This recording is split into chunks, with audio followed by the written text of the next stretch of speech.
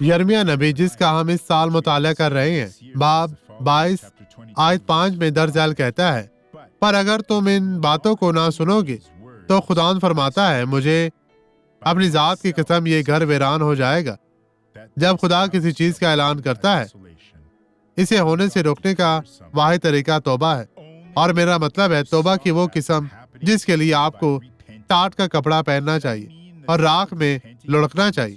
آپ کو اس کے سامنے رونا ہوگا اور کہنا ہے کہ خدا، میں نے آپ پر ظلم کیا، میں نے تیری بات نہیں مانی، تو مجھے معاف کر اور ہر طرح کی بدی سے مجھے بچائے رکھ۔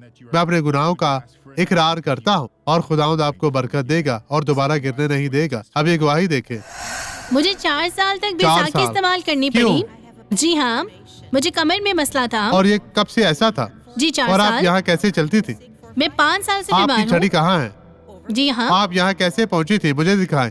اسی طرح جی دیکھیں، اس طرح جی اس طرح سے۔ تو ٹھیک ہے، اس وجہ سے یہ کہ میرے کچھ پاس بھی نہیں نہیں ہے، تھا۔ میرے پاس کوئی بیلنس ٹھیک ہے، نہیں تھا۔ اسے اپنے کندھے پر رکھیں۔ جی نہیں۔ اب یہ وقت ختم ہوا، آپ کی مشکل وقت ختم ہوا۔ آگے بڑھے یسوع کے نام میں۔ آپ نے اپنا کام ختم کیا ہے، اب آپ کھیتوں سے گھر جا رہی ہیں۔ خداوند تیرا شکر ہو، آپ مکمل شفا یاب ہیں۔ خداوند تیرا شکر ہو۔ آئیں اب دعا کرے۔ باپ، میں ان لوگوں کو برکت دیتا ہوں۔ تیرا بہت شکریہ جو تو اس وقت ہمارے ساتھ ہے اور ہماری دعاؤں میں نجات و التجاؤ کو سنتا اور قبول کرتا ہے۔